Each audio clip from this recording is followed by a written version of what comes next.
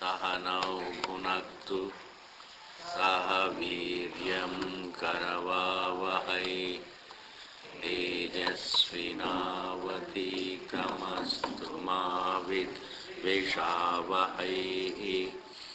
Om Shanti Shanti Shanti. Shruti Smriti Purananam Alayam Karunalayam Namami Bhagavatpada Shankaram Lokashankaram Shankaracharyam Keshavam Badarayanam Sutra Bhashya Kritau Vande Bhagavantau Punah Punaha. Oh, Ram, Ram, Bhagavan, Bhagavan, Bhagavan.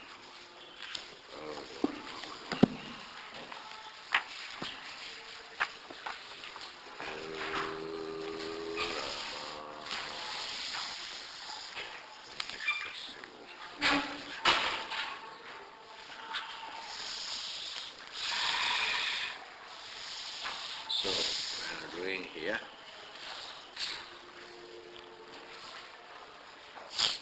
So, Tanishthasya Moksha Upadeshat. When the Purvapakshi comes up with the interpretation that Atma Shabda can apply to both a conscious being and inert. He manipulates the word based upon the rudhi. Trying to arrive at the Vyutpatti through rudhi is one of the mistakes that the scholars make. You see, you can't arrive at the etymological meaning of a word through the usage. It's a common usage. Even though we do depend upon the rudhi, rudhi means prayoga. Say, how is it used in common parlance? That's called rudhi. Rudhi means how is it available? When we say Rama, its rudhi is Dasharatha Putra. Rama etymologically doesn't mean the son of Dasharatha. There is no Dasharatha in that word. The rudhi of Rama Shabda is the son of Dasharatha. Bas.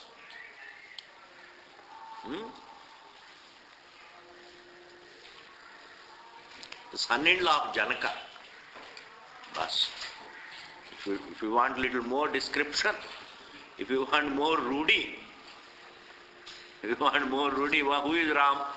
Son of Dasharatha, husband of Sita, brother of Lakshman, son-in-law of Janaka. Nothing else.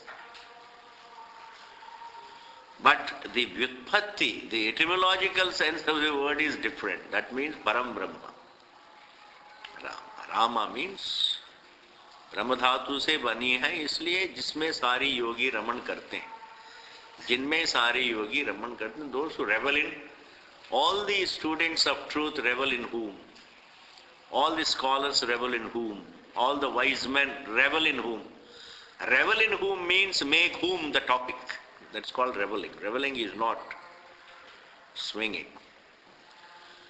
Reveling means reveling in understanding the topic, reveling in the topic, Vishaya. In that manner, so Rama Shabda etymologically means Param Brahma. Rama Shabda, the rudhi is Dasharatha Putra. This must be understood.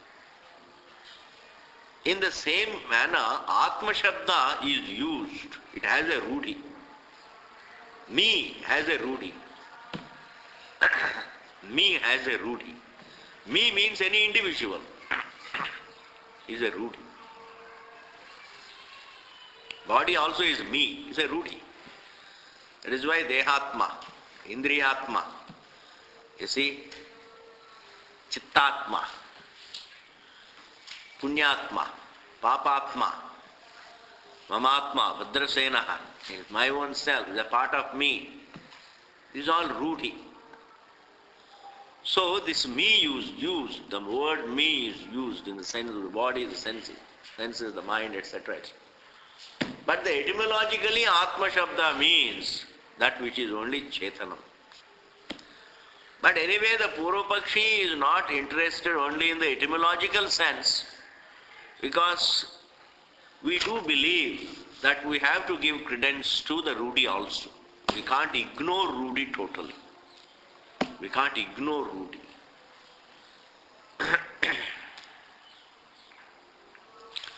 So because we don't ignore Rudhi, the sense in which it is used in the society, because we can't ignore Rudhi, so we have to take into account the Rudhi, and the Rudhi of the word Atma is everything. Atma, the body, Atma, the senses. Atma means me. That's how it's spelled. Atma is experienced as me. The sense of the word Atma is felt. If the sense of the word Atma is not felt, then you can't talk about it. You can only talk about the sound of the word Atma, not the sense. And if there is no sense, the sense of the word Atma is not felt, then it becomes a sound. It's not a word. Therefore, the sense of the word Atma is felt as me. And me can include the body, me can mean the senses, me can mean the mind, me can mean someone conscious. Me can mean the Chetanam, and me can also mean Achetanam. Me can mean the Chetanam, me can mean the Achetanam. This is how he tries to, the Purvapakshi arrives at. So, if the word Atma can mean both Chetanam and Achetanam, then what does your Shruti say? That Atmanam Ikshata. So that is, it saw itself and created. It saw. So it saw. And then it created the Ikshata. And then it saw. And then it created the Tejaha, Shrujata, it created the fire. And again that fire saw, created water. The water saw, created the earth. And in this manner creation is explained. Then not only that, God the one who created the world also entered the world. Therefore it can mean, the source can be interpreted, it can be interpreted as conscious being. It can also be interpreted as inert matter. When we are faced with this kind of interpretation, it is the duty of the very tradition to clear this doubt, that it cannot be Jadam. The source cannot be Jadam. That's not the vision of the Shruti. The vision of the Shruti is that the source of the world is only Chetanam, not Jadam. How is it clarified? Next sutra, Tanishthasya. Nishtha here is, there are two meanings, Nishtha. One is the factual Nishtha. The other is called Jnana Nishtha. Like the wave is rooted. The wave is never outside. It is rooted in water. Wave is not other than water. It's not rooted elsewhere. That's one Nishtha. This is called factual Nishtha. As a matter of fact, whether you know it or not, as a matter of fact, the wave has Nishtha in water. That Nishtha must be understood as, it's nothing but it. You see, we can't say, something else, other than wave, other than a bubble, that which is made of water, it has Nishtha in water. That which looks like wave, it is nothing but water. That is called Nishtha. Pot is nothing but clay. So we can, in a way we can say, we can bring in Karaka, that is, the pot has Nishtha in clay. There is nothing wrong in it. Even if you bring in a Karaka, in doesn't really pose a problem. Pot has Nishtha. in, clay. That word in, that preposition in doesn't pose a problem because we understand the mithyatvam of that in. You see, we understand the mithyat, the falsity of that in, because the word in creates two. Wave is rooted in water. That in is a preposition. In Sanskrit it is called karka. Karka means division. The pot is rooted in clay. That in, the pot is placed on the floor. On is a karaka. On is adhikaranam. So, I am going to the village. To is a karaka. I am going by bus. That by is a karaka, preposition. I am going for money. That for is karaka. I am coming from Delhi. From karaka. I am standing on the dais is karaka. On. To, by, for, from, on, in, above, under, all that go by the name prepositions. What we understand as prepositions in Sanskrit are called karkas. You have to fix it up for good mind. It's a big clarity. And minus preposition, without using preposition, you can't create a division. A vakya can't carry a division without a preposition. So when we say a pot is rooted in clay even though we say that in is not actually a preposition, its tatparyam is samanadhikaranyam. Very beautiful unfoldment. Our Shastra makes very beautiful unfoldment. Hey, the karaka here, pot is rooted in clay, even though there is a preposition, there is a karaka, but we have to get the sense out of it. Pot is rooted in clay is not like the bird is sitting in the tree. It's not like that. Actually, pot is rooted in clay. The tatparyam is pot is clay. Pot is clay, there is no preposition. There is no karaka. Pot is clay is not a karaka. It is not a statement of relation. It is a statement of oneness. Pot is on the floor. Pot is made by the pot maker. Pot is made for fetching water. Pot is brought from a village. In this manner, any of this preposition, all these prepositions imply what? Relation. And relation means division. First thing that should strike us is relation. Maker-made relation, etc., etc. But when we say pot is rooted in clay, even though in is used, its tatparyam is pot is clay. You can't prove a relation between pot and clay. There is no relation. Nor they are unrelated two things. This is called samana. Samanadhikaranyam is called akhanda artha bedhaka vakyam. Akhanda artha bodhaka vakyam. Pot is clay. It's only talking about oneness. There are no two. In that manner, Jiva is Brahman. Even when we say Jiva is created by Brahman, Jiva is sustained by Brahman, prepositions are there. Jiva shall go back unto Brahman. Jiva is looked after by Brahman. All these prepositions are made, used. But ultimately these prepositions as realities cannot be proved. That is why the Shastra comes and says, because Jiva is made of Brahma, sustained by Brahma, goes back into Brahma, therefore it is Brahma. When I say Jiva is Brahma, that is Brahma, that is called factual nishtha.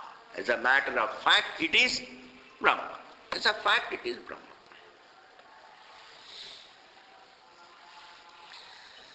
This is called factual nishtha. And recognizing that fact is called jnana nishtha. Recognizing that fact is called, whether you recognize it or not, pot is clay. Whether you recognize it or not, it is clay. Even before I recognize it, it is clay. That is called factual nishtha. You are not following. Factual nishtha means whether I know it or not, that is what it is. That is called factual nishtha, vastu nishtha. That is a vastu nishtha. Whether I like it or not, whether I know it or not, the wave is water is called factual nishtha. And if I recognize it, jnana nishtha. Jnana nishtha means jnana, not recognition. Recognizing a fact. Now here we have to take into account both. Tanishthasya, the Shruti talks about a student. When Uddalaka is talking to Shvetaketu, his own student, that is cited by, that story is quoted by Shastram. Shastra cites a dialogue between Uddalaka and Shvetaketu. So the Shastra says, of course, the Shastra is, whatever the student says, that is Shastram. Whatever the teacher says, that is Shastram. So they say, the Shastram says in the 6th chapter, Tanishthasya, the one who knows the Sat, the one who knows the source of the world,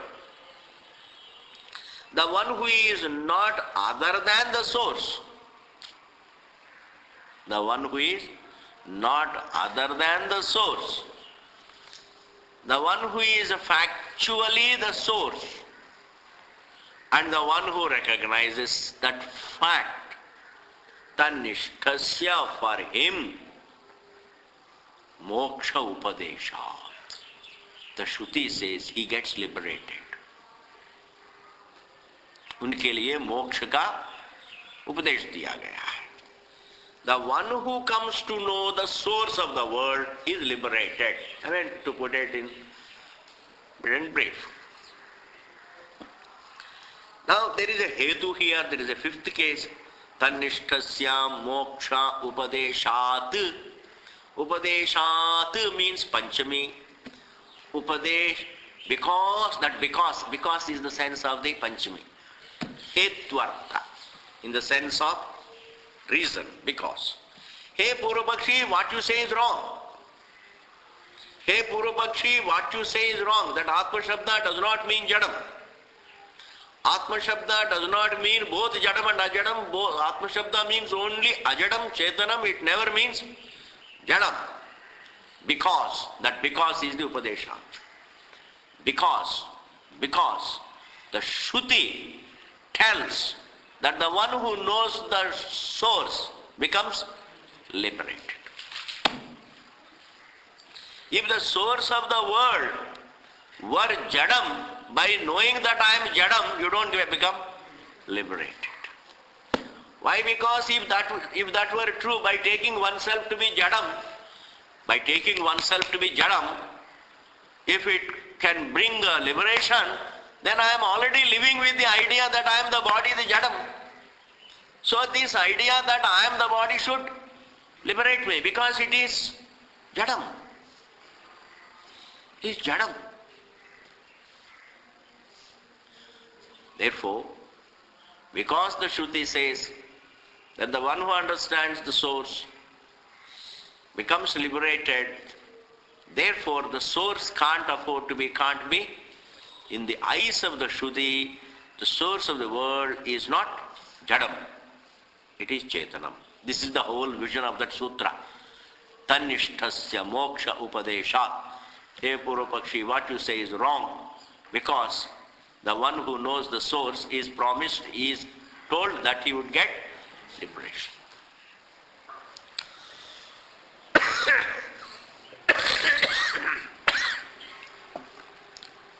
Liberation means what? Liberation from the struggle, liberation from the sense of limitation, liberation from the fear of death. And liberation from death means recognizing that I have no death. That is called liberation.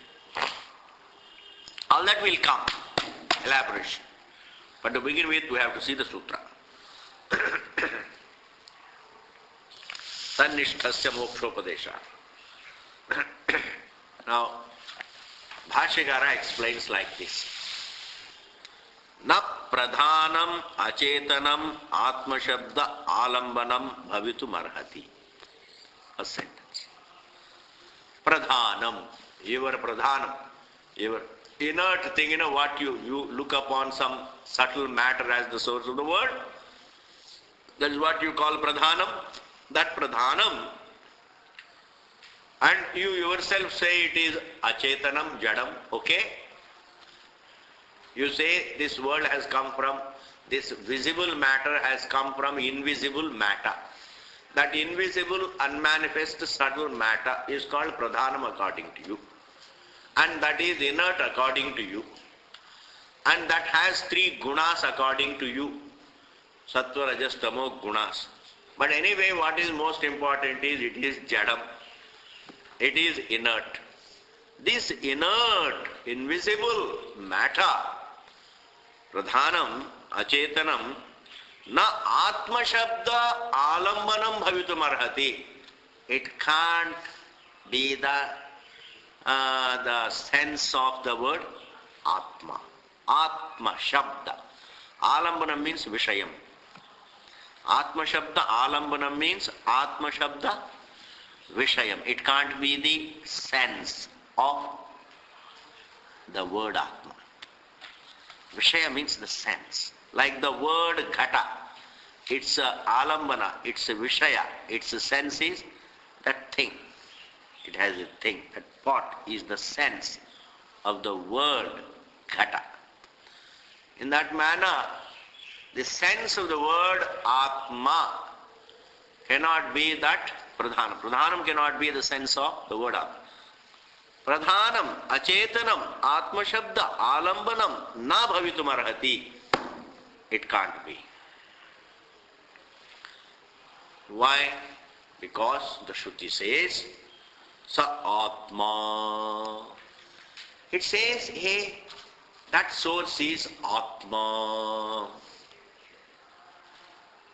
That source is atma. Atma means swaswarupam. Understand? One's nature is called swarupam. One's nature is called atma. Sa atma iti, in this manner. So the Shruti says that source of the world which sun created the fire, sun created the water, sun created the earth, and that source and the word used for the source. Listen to this. The word used for the source is Sat.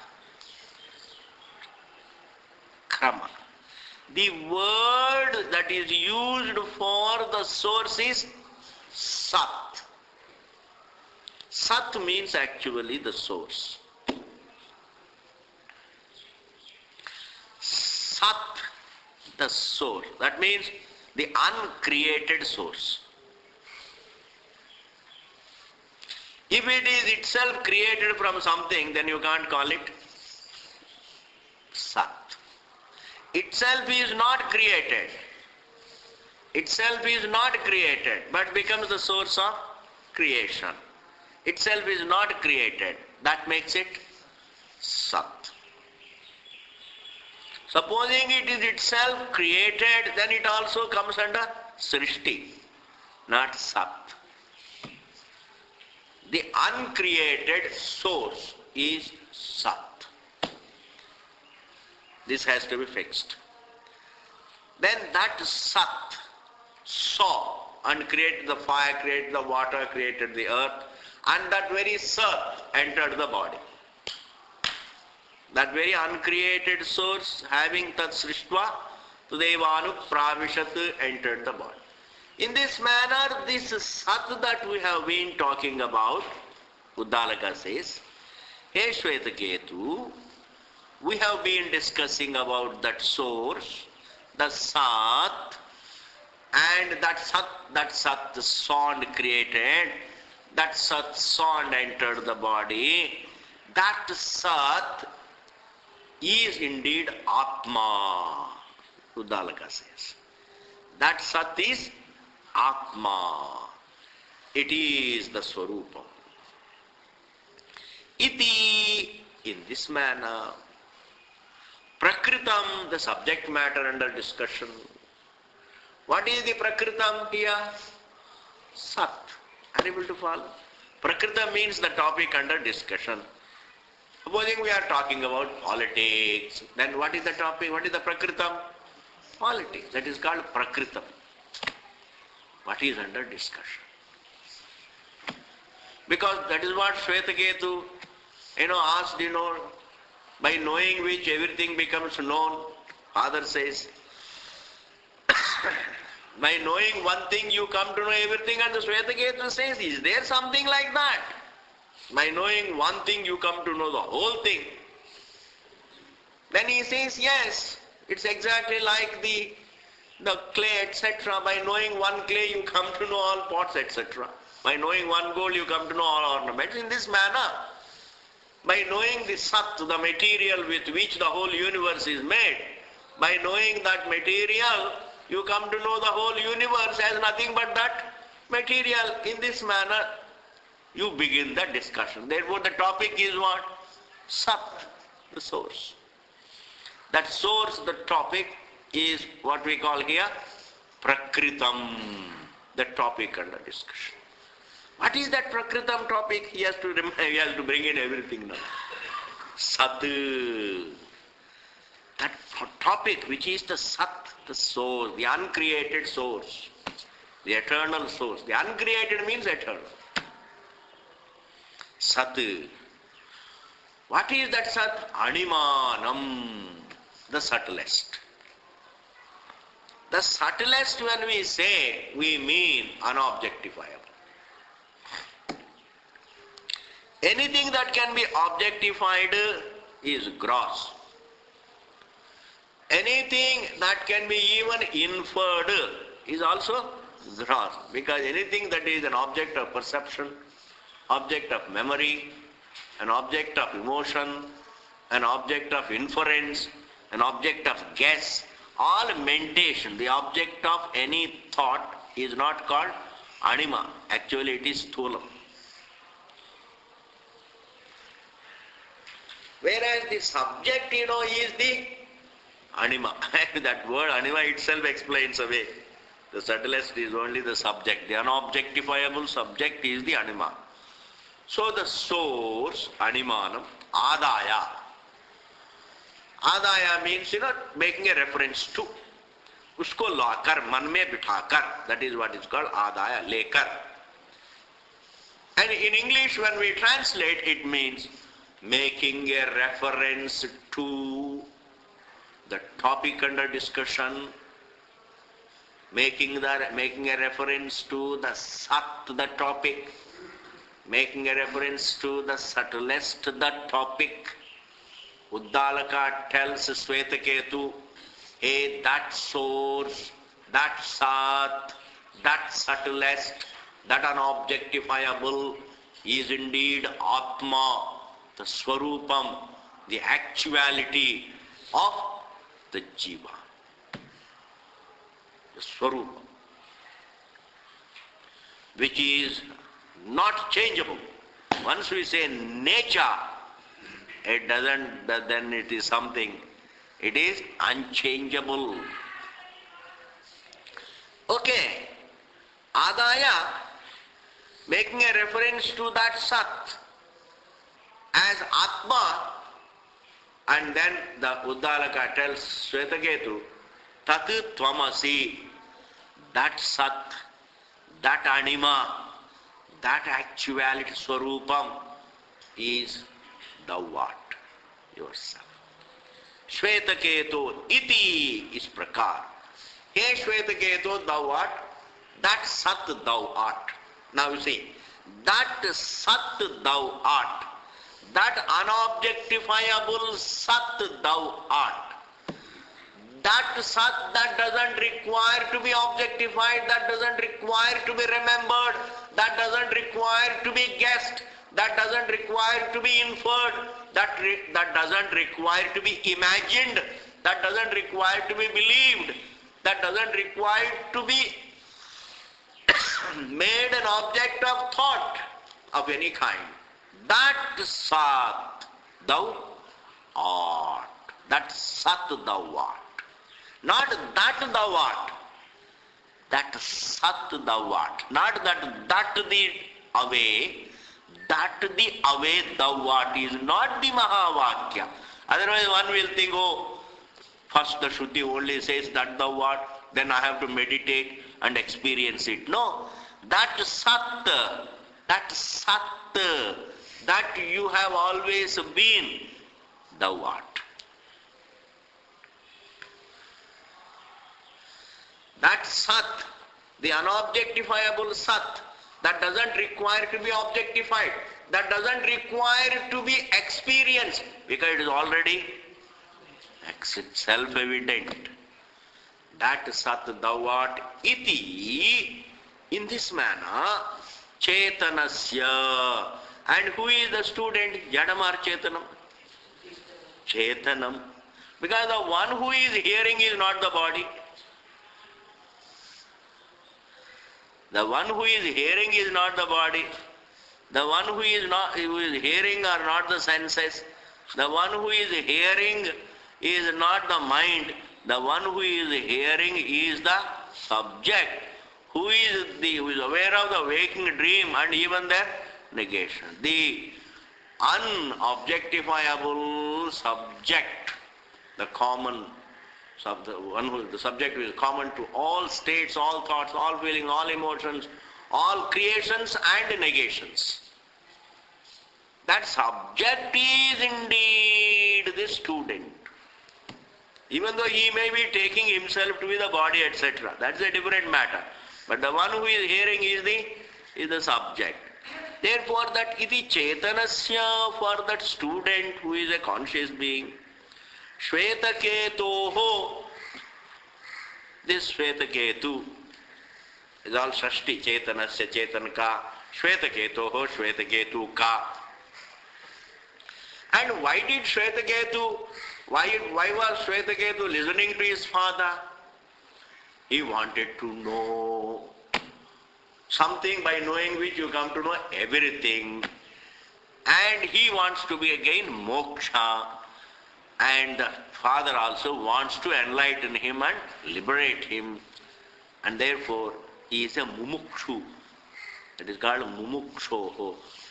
The other word for mumukshoho is mokshayitavyasya. The one who requires freedom. The one who is in need of freedom.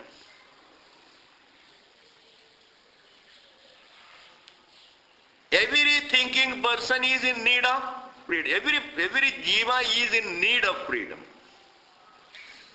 The one who is in need of, an individual who is in need of freedom is called mumukshu.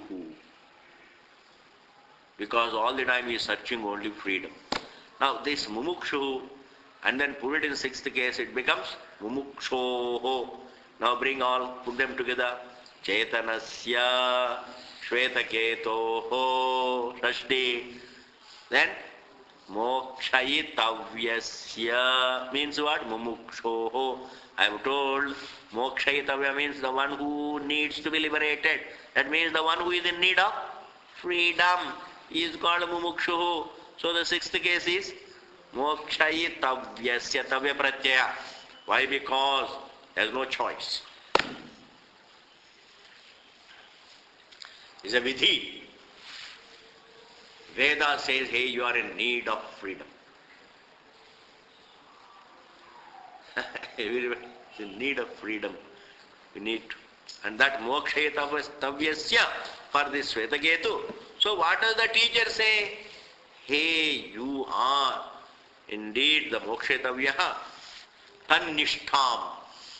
Says, thou art Sat. Thou art. Remember the whole sentence. Tat, that Sat. The source Sat. The subtlest the Sat. The unobjectifiable the Sat. Thou art. When he says, he is telling that you are rooted in Sat. You are rooted in Sat, becomes a Karakam. Hey, thou art rooted in Sat is like what? The pot is rooted in clay. And he had already given the Drishtantam. You understand, that is by knowing one clay, you come to know all pots. Why? Because pots all have their nishtha in clay. All ornaments have nishtha in gold. All waves have nishtha in one water. In that manner, you have nishtha in Sat. What is this nishtha? Factual nishtha. This is what is called factual nishtha. Means in fact you are the Sat. Iti tanishtham upadishya, having referred to the fact that thou, the Svetaketu, you are not outside the Sat, you are rooted in Sat, meaning you are Sat. Iti upadishya, having said, this is called factual nishtha. And then he says, Acharyavan Purusho Veda. And this nishtha, this, the very conscious being, the very subject being, the Sat, one understands through Acharya. Acharyavan, the one who has Acharya. Purushaha, the person, Veda. It means what? Shabda is the Pramana. Chakshurman, Chakshushman, Veda. Anumanavan, Veda. Is that nahi bataya? Those who have the senses can know it. The one who has the eyes can know the truth. The one who is logical can know it. This is not what the Shruti says. The one who has a teacher, meaning the one who listens to the teaching. Acharyavan means Upadeshavan. The one who has Upadesha. The one who does the Shravanam. Why is it said? Because there is no other Pramanam. If it is a form, they say if you have eyes you will see it. The one who has eyes can see the form. The one who has ears can hear the sounds. And the one who has the logic can infer causation. You understand? Causation. Causation is all understood through the logic only. But here, the Shruti doesn't say, well, Indriyavan Veda, Veda means Jnanati, etc. He says, Acharya Van, Purushaha Veda. Through teaching, one comes to know the truth by being exposed to what the Shruti is referring to. What it is referring to is not an object of thought. The words are referring to the Swarupa of the very subject who is unnegated in all the three states. Therefore the Shruti has to say, Acharyavan Purusho Veda. He says. Then, listen to the whole sentence. Having made a reference to the Sat, the source, the unobjectifiable Sat, the source, and then making a statement that, hey Svetaketu, Thou art that Sat. And then also he says, and this Sat, one comes to recognize through Shabda Pramanam. Continuation. Tasya Tavadeva Chiram. And for the one who recognizes himself to be the source, ever choicelessly experienced Sat, Tasya, for that Vidwan, that Tasya means for that Vidushaha, for that Vidwan, Tasya Tavadeva Chiram, he can only live only that long. He can only live in that embodiment only that long. Tasya Tavadeva Chiram. Yavatu, as long as na vimokshe, as long as the body doesn't fall off,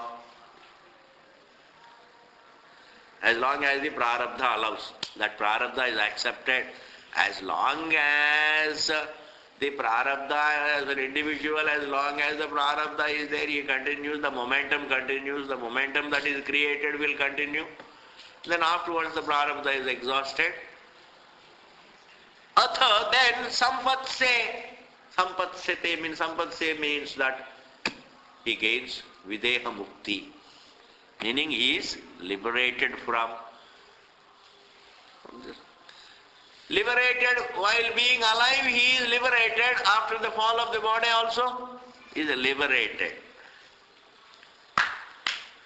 Amiji, if you say, a jnani lives on till the prarabdha, and afterwards he is sampatsed, then that applies to a normal man also, as long as the prarabdha allows him. He lives on, and once the prarabdha is over, he will die. And then he will be dead, not sampatsed. That sampatsya is different. Sampatsya means not that he is liberated. He will come back again. If a person dies ignorant, he will be reborn. Now anyway, this particular vakya, the artha is not the Mimamsa Vishayam here. The Shruti refers to the moksha, to the one who knows. Shruti refers to the Sat and tells you that you are the Sat, and then makes a reference to the Acharya, Shabda Pramanam, Shabda is the Pramanam, and then makes another reference that the one who knows gets liberated. And liberated means recognizing that I am ever free is called liberation. Liberation is not an action. Liberation is not an event. Liberation is not the reversal of bondage. Liberation is not the reversal of bondage. Liberation is recognizing it is not possible for the being to be bound. It's not removal of bondage. You see, when the 10th man recognizes himself, it is not the reversal of the loss. The 10th man is lost. He is in search of the 10th man whom he thinks is lost. Now when he recognizes that himself is the 10th man, it is not the reversal of the loss. It is recognizing that it is never. It's not losable. Something other than me is losable. And therefore, Tanishthasya mokshopadesha. Thus the Shruti refers to this very individual as rooted in the source, and therefore that source cannot be inert, because the conscious being cannot be rooted in the inert, because Samanadhikaranyam, the conscious being is rooted in the inert, means the conscious being is inert. That's why I took a lot of time to explain. Yin must be understood as Samanadhikaranyam. Samanadhikaranyam, meaning two words having the same sense, same reference. Samana adhikaranam. Same adhikaranam, same sense. They are referring to the same fact. Two words referring to the same fact without being synonymous. They should not be synonymous and yet referring to same word. Like jalam is water is not samanadhikaranam. Jalam is water is not samanadhikaranam. It is what? Paryaya shabda vakya. Making synonyms. Jalam is water. Jalam is pani. Is what? Synonym. But when we say thou art the source is not synonymous. Thou is taken as an individual aparoksham. Thou, the sense of the thou is thou refers to the subject. Source refers to it as a connotation of being the material for everything. Thou means the subject. Source means the material for everything.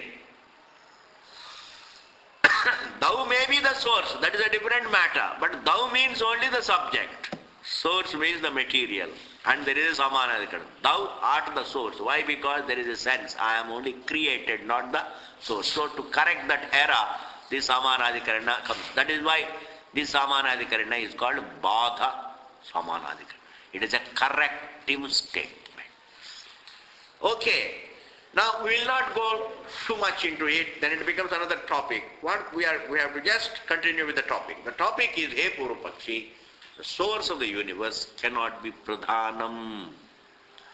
Why? Because the Shruti says that the very conscious individual is rooted in the source.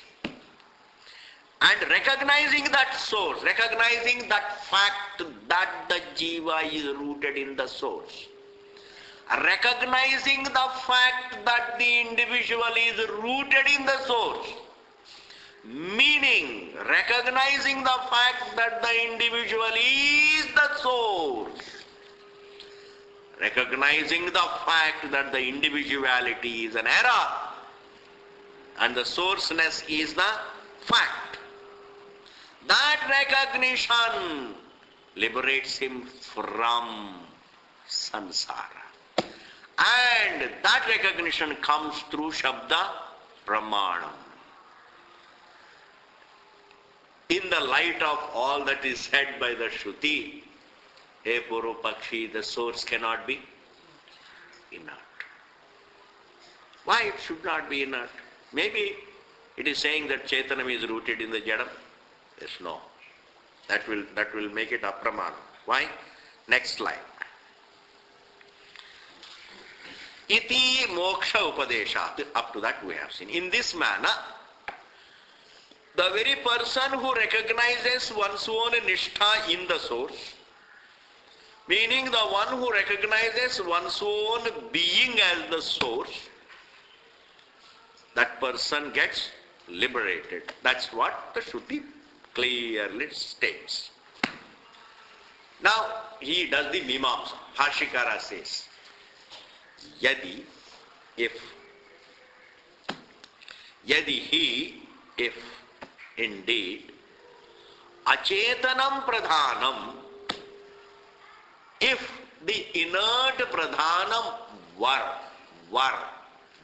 understand, Achetanam Pradhanam, if the inert Pradhanam were, Satchabdavachyam, if that is what is meant by the word Sat, if Shruti thinks that Sat means only Pradhanam, Satchabdavachyam, so if the Shruti thinks the source of the world is the Sat, and that Sat is the inert, and then if it says that inert thou art, Sadasi, thou art that inert the source, iti, Purush, Tadasi iti grahayet, if it were to convey, grahan karade, यदि श्रुति ने विद्यार्थी को ऐसा ग्रहण करा दे कि ये सारी दुनिया का जो कारण है वो जड़ है वो जड़ तुम हो. ग्राहयेत, निच. ग्राहयेत, ग्रहण करा दे. It is niche and vidhiling. If it conveyed, if the Shruti conveyed that the source is Jadam, and that Jadam, the what? Iti grahayet. Whom? Mumukshum, the one who is in need of moksha. If the Shruti told this to a student of moksha, who is that mumukshu? Chetanam, who is a conscious being. Santam, who is ever conscious. Chetanam Santam is the one who is being conscious. The student who is being conscious. उस चेतन student को अगर श्रुति कहती कि भाई ये दुनिया है ना पूरा इट हैज कम फ्रॉम जड़म, वो जड़ बहुत सूक्ष्म जड़ है, वो जड़ आप है, वो सत आप है. संतम अचेतनोसी जड़ोसी. सदसी मतलब अचेतनोसी, you are inert. The only thing is you are inert source. You are inert. Now you know only you are inert. But the unfoldment is you are the inert source. You are the inert. You are universally inert. You are universal inert source. Achetanosi iti. In this manner, yadi grahayet. Connected. If the Shruti taught to a student that he is the inert source, tada, then it would be a problem. How? Tada viparitavadi shastram. Then shastram would amount to be, shastram would come to be a viparitavadi, means a bluffer, a distorter. Viparita. Viparita means a wrong, error. Vadi means kahne wali. Shastra means neutral gender, therefore Vadi. Viparita Vadi. Vadi Vadini Vadini. Vari Varini Varini. Viparita Vadi Shastram. Shastram would be taken as, Shastram would become Viparita Vadi. If it were to tell the conscious being that you are inert source, you are inert, you are jadam, if it were to say, then it would be viparitavadi shastram. Purushasya anarthaya, and it would destroy, it would be harmful to the person. Anarthaya means it would be harmful for Purusha. Anarthaya. Iti, therefore, apramanam syat. It would lose its validity. Because anything that is harmful to me loses its validity for me. Anything that misguides me, a scripture which misguides me would be harmful to me, and therefore it would lose its pramanya. It would cease to be a praman. So if Vedanta were to say, this world has an inert source called Pradhanam, and that Pradhanam, the inert source, the unobjectifiable, invisible source, the what? Inert the what? That's enough. Inert the what? Would amount to misleading. Because I am Chetan, I am conscious. I am telling you, even to recognize that I am inert source, to recognize, after all teaching is meant to help me recognize. Therefore, even for me to recognize that I am inert source, I should be conscious. I should be conscious. As the recognizer that I am the inert, I should be conscious. Therefore, this nature of being conscious is unnegatable. Even when the conscious being takes that I am the body, he has not become the body, he is still being conscious with the conclusion that I am a form. The fire, even if it is looked up, even if it looks round, because there is a round iron ball, a round steel ball, put in the fire, and the fire assumes the form of a ball. The fire looks like a ball, but the fire doesn't lose its nature of being hot just because it puts on a form. Fire puts on a form. Fire looks to have a form. It doesn't become unhot. It doesn't cease to be hot. It remains hot and ever free from the form. In that manner, even when I take myself to be the body, I continue to be the Chetanam. Similarly, if I have to recognize that I am the inert source, even if I have to recognize, anyway you are teaching me expecting that I would recognize anyway. So when you say thou art inert, then you expect me to recognize that I am inert. For recognizing that I should be Chetanam. And as the recognizer, I am not rooted in Jadam. I continue to be Chetanam. And therefore, it's not possible. And if somebody, now the problem, do you know what happens? Why Bhashyakara is saying? The problem is because the people generally are Shraddhalus than thoughtful. People have unquestioning faith, trust in the Shastra. And even if it is illogical, impossible, they would still live with that idea that I am Jadam. This is what is happening in all theologies. Scripture says so, it must be true. ये तो गड़बड़ तो आई थी इस दुनिया में. बाबा कहा हो तो सही होगा, बाइबल कहा तो सही होगा, that कहा हो तो सही होगा. This is gone. That is why here Bhashyakara explained very beautifully. Do you know what? Says Natu nirdosham shastram apramanam kalpayatum yuktam. Purvapakshi may say, all right, let us think that Shastram is not a pramana.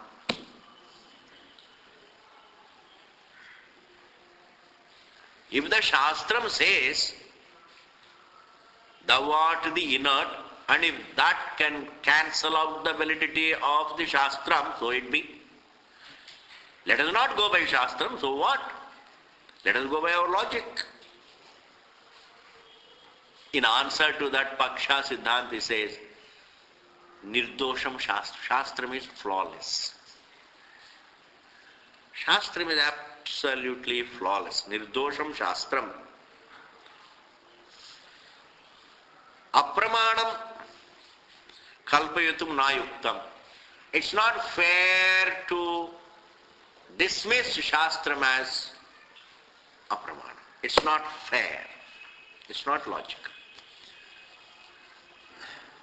When it is talking, it is not fair to interpret Shastram that it is referring to the Jadam and then conclude that it is apramana. You see, it is very important. You misinterpret a person and dismiss him.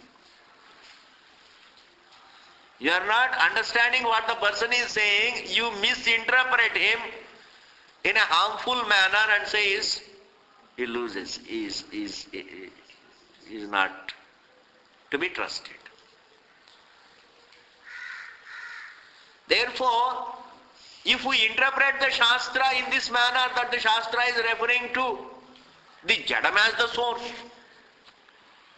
and it is only meaning that you are the Jadam, and in this manner if we interpret, then definitely we would conclude the Apramanyam.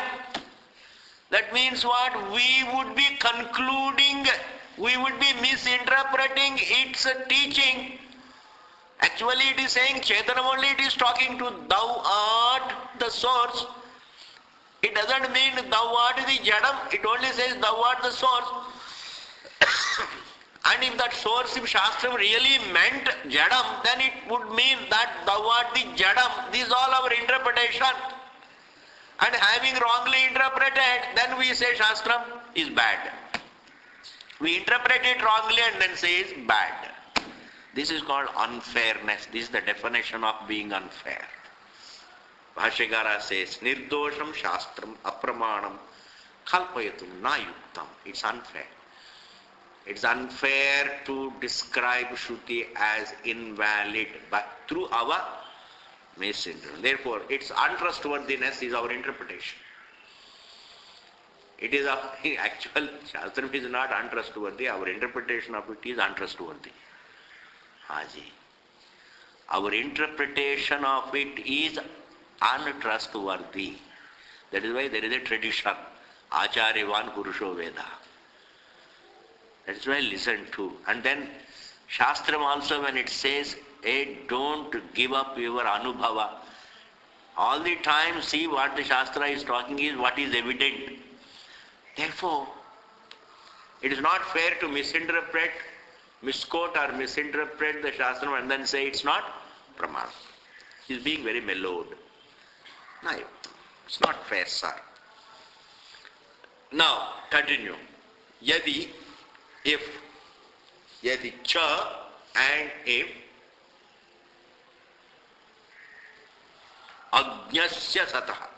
The student who comes and listens to the Shastram is ignorant. Ajna. Na janati iti ajna. Jnaha means janati.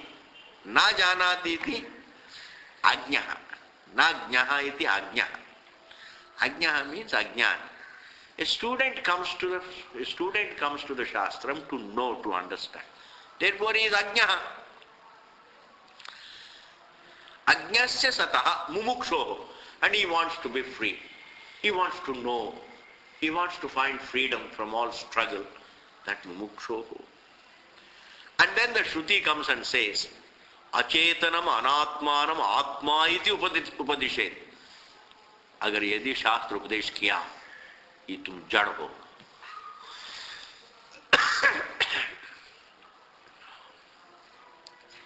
If we taught the Chetanam as Achetanam, you see. Achetanam anatmanam atma iti upadishet. Thou art the Achetanam. Thou art the Jadam. Iti upadishet. Pramana bhutam shastram. And if this is what is said by what is looked upon as a sacred scripture, Pramanam bhutam shastram upadishet.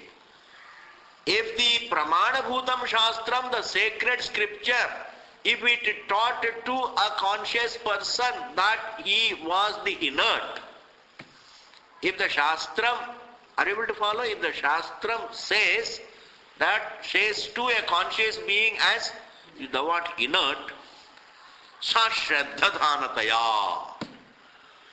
These jokers generally have shraddha in the Shastram, you see. They are not really critical or they are not very logical. They are just, shraddhanu. And there is certain justification also. Probably it never says, never tells anything wrong. Therefore, why should this be wrong also? And therefore, generally everybody has shraddha, shraddhadhanataya. And then they follow the nyaya called andha go langula nyayena. Like a blind man wanted to go reach home, there is nobody to guide him.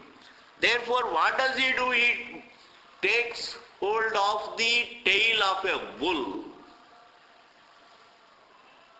And then I'll go behind the bull. A wild bull takes hold of the tail of a wild bull, thinking that it will take him home. This is called andha, means a blind man.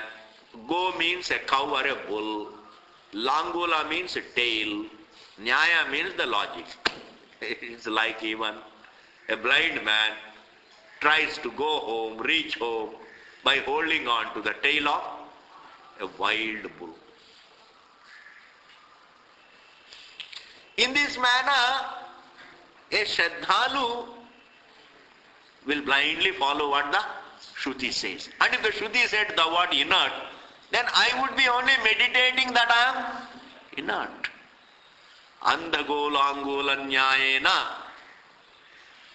tadatma drishtim, that thinking that I am inert, that is called tadatma drishti, that anatma drishti. Tat jada atma drishti means I am that jadam, I am that source of the world, I am that inert. This drishtim na parityajet, he would not renounce. A man who would blindly follow the Shastra, suppose Shastra says thou art inert, and man has Shraddha in it, and he would always meditate on the idea that I am inert, and he would never renounce it. Why? Because it is said by Shastra. And I have got a blind Shraddha. Shastra says thou art inert, and I go on thinking I am the inert soul. Na parityajet. Tad vyatiriktam cha atmanam na pratipadyeta. And in the process he would fail to understand the self that is quite contrary to the inert. Tad vyatiriktam cha atmanam na pratipadyeta. And if he failed to know the truth which is quite the contrary, tatha sati, and in such a situation, purusharthat, from the moksha, vihanyeta. Vihanyeta means he would fall short of. He would fall short of the moksha. He would be denied of moksha. He would be denied of moksha. Vihanyeta. He would be killed. Means what? He would be denied of moksha. Purusharthat vihanyeta. Not only he would be denied of moksha, anartham cha richet gachet, and he would only be harmed. Only anartham means sansaram. Richet gachet. He would only remain a sansari. He would not become free. He would only remain a struggler. Even if he continuously thinks that I am the inert soul, that idea that I am the inert keeps him a sansari. It is like andhagolangolanyaya. He will only be battered and bruised if you go on. Hold on to the tail of a wild bull, and it will drag you on, and you will be battered and bruised all over. But then, even though you are battered and bruised, you are not going to give up. Why? Because sacred scripture, because it is Shraddha. Sacred scripture says so, therefore I must follow basically in this manner. Andhagolangolanyayena purusharthat vihanyeta anartham cha richet gachet. Man would only come to harm. He would be denied of the desirable freedom, and he would only come to harm. And therefore, if Shastram, and therefore that would cease to be a Shastram. That which can guide me to my harm is not a Shastram. Therefore, Shastram being sacred, it cannot tell us that we are inert. It can only tell us that we are not only conscious, but we are a free conscious being. Because our identity as a conscious being is unnegatable. What is negatable is the sense that I am the form, not the fact that I am conscious. Our identity of being conscious cannot have resolution, change or badha. Understand? Our identity of being conscious doesn't either change, nor it can disappear, nor it can be disproved. Therefore, the conscious being cannot lose his identity of being conscious. And all that the teaching is given, all that the Shastra is saying is, thou the conscious being is indeed the source of the Jagat. Therefore, your identity as the form is false. Your identity as a given object in the creation is false. Your identity of being conscious is true. And your identity of being the form is false. And if your identity of being conscious is true, then your identity of being non-dual is true, because you cannot be conscious and yet to be divided. Non-duality is a choiceless nature of the one who is conscious. To be conscious means all that is there is rooted in conscious being. You see? And therefore, Ikshatyadhikaranam. We'll continue it later. And then he says, Swamiji, kaun dekha hai agle janm? He says, agle janm kaun? हम तो वेदांत कर रहे हैं जी अगले जन्म के बारे में. Yesterday also I had a little, somebody said, I don't believe in all these. मैं तो बड़ा हूँ. Swamiji, I don't believe in this punarjanma and all. As an idiot, before you make conclusions, you better think. इतना आसान समझ रहे हैं जीवन को. Life you think so easy. It is such a flimsy thing. Existence is such a flimsy thing. Understand? When you go, I only told one thing. When you go to the dream, do you have any idea that you have the waking? When you go to the dream, and I come into your dream and say, hey, I met you at Ramana Kendra in the waking state. He would say, which waking state? What are you talking? I don't believe. But then when you change the state, there is no reference to the previous state. When you change life, do you think that there will be a reference to life? Does it mean that there is no state? In the dream, you don't remember anything of the waking. Doesn't mean there was no waking. When you take this form, doesn't mean that there is no reference to, no memory of the previous. It doesn't mean it's all wrong. Therefore, these conclusions is ab gadbad hai. Law of karma is true within the srishti. Law of causation is true. And every action has its result. Jiva has to depend upon law of causation. Therefore, what Vedanta says, ultimately the very Chetanam, the Jiva is Brahma, that is also true. And Karyakarana Bhava, causation, law of causation, karma siddhanta within samsara is also true. These two are the true things. These two things are very important. Within samsara, karma siddhantam is true. That is called causation, is true. And the causation-free source, oneself, the conscious being the causation-free sansara, causation-free source of the Jagat is also true. Two things are conveyed by Veda. One is karma siddhantam, causation. The second is causation-free truth. Causation-free truth. And the first is karma siddhantam. Therefore, you can't simply say, I don't believe in punarjanma because I am a rational. Not a rational. You can only consume ration. Not a big ration. You're good at consuming ration. Have any rationale for it. Om Purnamadaha Purnamidam Purnat Purnamudachyate Purnasya Purnavadaya Purnameva Vasishyate Om Shanti Shanti Shanti. Okay, when I said this, for 5 minutes I spoke to him. And he says, Swami ji, ये 5 minute में आपने जो हमको बताया है, ये 5 minute की जो बातें हैं, it will remain with me for life. I will try to think about it. I said, okay, अच्छा.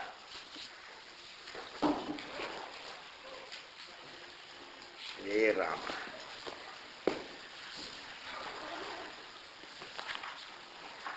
महाराज कहते हैं ना,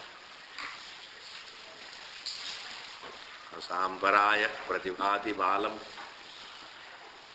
सांपराय प्रतिभाति बालम प्रमाद्यंतम वित्त मोहेन मूढ़म अयम लोको नास्ति परैति मानी पुनः पुनर्वशम आपद्यते। आदमी सोचता है सांपराय, सत्य, सांपराय का मतलब सत्य क्या है, ना प्रतिभाति, डजंट स्ट्राइक, बालम, human beings are all like children, it doesn't strike them सत्यम क्या है असत्यम क्या है। सांपराय प्रतिभा न सांपराय प्रतिभाति प्रमाद्यंतम वित्त मोहेन मूढ़म, they are all intoxicated with karma and फलम। वित्ता is just in a causation, action, कमाओ, काम करो कमाओ, काम करो कमाओ, काम करो कमाओ, दिस इज कॉल्ड वित्त मोहेन मूढ़म। They are totally intoxicated, confused, deluded. अयम लोक, यही दुनिया है, नास्ति परहा, और कोई दुनिया नहीं है। This is the only truth, there is no other truth, this is the only reality, there is no other reality. सांपराय अयम लोको नास्ति पर इति मानी, ऐसा मानने वाला पुनः पुनः अगेन एंड अगेन, मैं वशम, मेरे हाथ में, मेरे हाथ में, पुनः पुनः वशम आपद्यते में, मेरे हाथ में बार बार आता है वो, ये जीव। In fact I want to retire, but then I can't retire because the जीवास again and again fall into my hands, means death.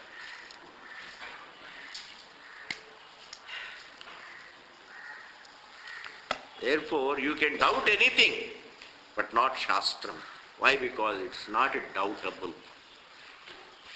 Understanding the Shruti is in the form of understanding that it cannot be doubted, where it's talking about divinity.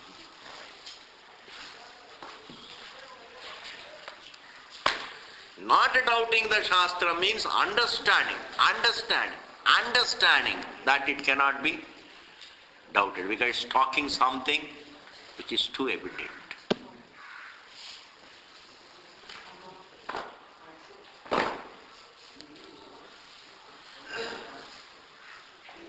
Undoubtable. Not that it should not be doubted, but it can't be, you can't doubt. You can't come up with doubt. Think about us. Therefore, थोड़ा बहुत पैसा मिल जाता है आदमी को, फिर सोचते हैं कि मैं ही भगवान हूँ, है ना। During Krishna's time also, there was another Krishna who came, because he made lot of money through property business. What is his name? The one who also thought the avatar. During Krishna's time, there was another one who thought, my Bhagavan Vishnu. You don't know that story? Huh? He had artificial 2 hands. He fixed up 2 hands. Artificial chakra. From a carpenter he got one chakra made. Fixed it up on his index finger. Then he said that Dwaraka Krishna is not the real Krishna. I am Krishna, therefore you all worship me. Why did he do it? Because, properties, prices, appreciate. And the property appreciated the prices. Suddenly he made a few billions. वो इतना 10-12 billion कमा लिया, तब एक carpenter को बुलाया, हमारे लिए कि विष्णु चक्र बनाओ, और 2 extra hands. Then he told the people, I am भगवान विष्णु, मुझे पूजा करो. ये होता है जी. If money comes and it destroys my viveka, one should wish it had not come, I am telling you. If money came and destroyed my viveka, then one should wish that it didn't come. One should wish. अगर नहीं आता तो अच्छा होता. अगर वो आ गया, अगर दिमाग problem.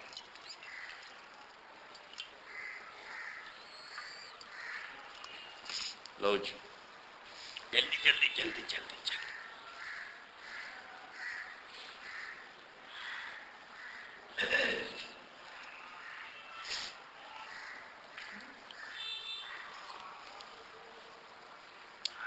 Very nice coffee.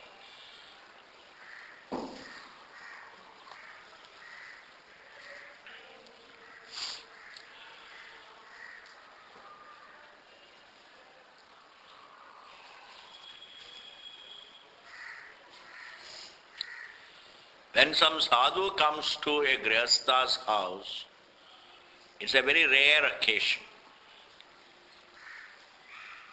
Very rare, very rare occasion. And you should make the best use of it. Sit with the person and try to go into spiritual world. There is no use of talking material things to it, because that's an occasion. You should just sit and try to go into, even though you may not be thinking about them on an everyday basis, but that's an occasion on which you should really talk. Only he came and भिक्षा ले लिया चले गया, ऐसा नहीं.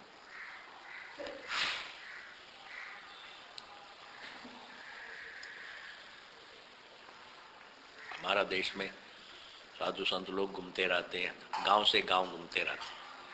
गांव के लोग जाते हैं, साधु के पास बैठते हैं, भांग भी पीते हैं और भगवान के बारे में बात करते हैं. Very Anand. They all talk about वेदांत की बातें मानते.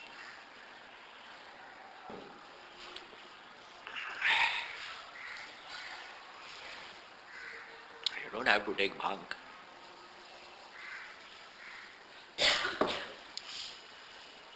This shastram is too profound. Therefore the society has to rise too. Society has to rise and become big enough to match the shastra. See, why Hindu society, they always say, the Christians know their scripture and the Muslims know their scripture, but the Hindus don't know their scripture. That is because our scripture is not like their scripture. You have to know. If it is simple puja patha, if you believe few do's and don'ts and just get it printed and distribute to everybody, yeah.